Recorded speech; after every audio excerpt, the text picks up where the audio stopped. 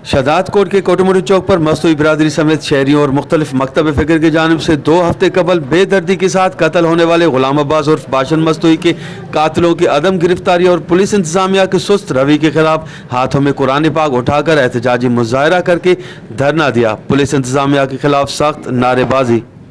मां धी आयास मुंहिंजो पीउ त सौसी पियो खपाए, उतां दोस्त अलाए कहिड़ो बि वठी वियो अथसि। हाणे 5 ॾींहंनि में असांखे लाश मिलियो आहे। ज़ाहिर अञा नाहे छो असांजो पीउ जे लाश जेके असांजा आहिनि उहे ज़ाहिर करनि। असांजा जेके बि आहिनि कातिल मुंहिंजे पीउ जा। असां 3 पीउ खे न्याणियूं हुयसि, 2 पुट अथसि, न असांजो कमाइण वारो न केरु करण वारो।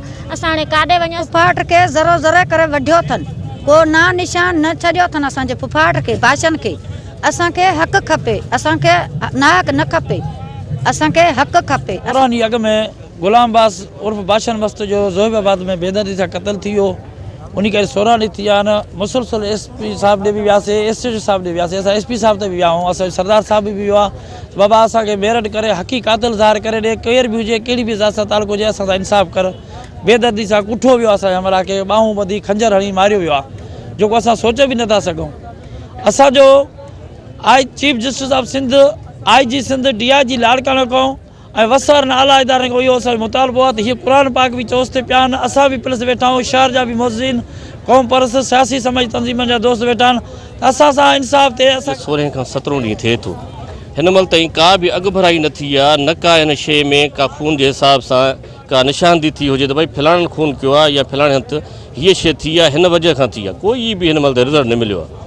SHO जेको आहे त हिन महिल ताईं कंहिं शइ जे नतीजे ते न पहुतो आहे। जो अगरि मां ॻाल्हियूं कंदुसि, हिन महिल पोस्टमार्टम जेका आहे न उहा बि सही तरीक़े सां थी कोन्हे। मिस्कीन ग़रीब हुयो जेके अगवा करे वञी उनखे जेको आहे न बेदर्दी सां क़त्ल कयो वियो आहे। A सेक्शन जो जेको SHO आहे न उहो अॼु ताईं कुझु बि न करे सघियो आहे। ऐं हीअ मालिक तक़रीबन हिनखे 15 ॾींहं थिया आहिनि जंहिंजो FR कटियो वियो आहे ऐं अॼु ताईं उन्हनि कुझु कयो बि न आहे। ऐं गुलाम अब्बास सां जेको थियल आहे ज़्यादती, उनजो जेको आहे हिसाब किताब जेको आहे सो उन्हनि खां वठिणो पवंदो असांखे।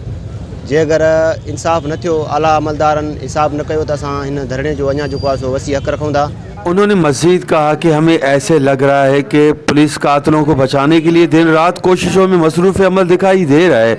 उन्होंने मुतालबा करते हुए कहा कि SSP कंबर शहदाद कोट कातिलों की गिरफ्तारी में अपना किरदार अदा करे और मकतूल के वर्सा में फैली बेचैनी ख़त्म करे। कैमरा टीम के साथ गुलाम अली ब्रावई, वश TV शहदाद कोट।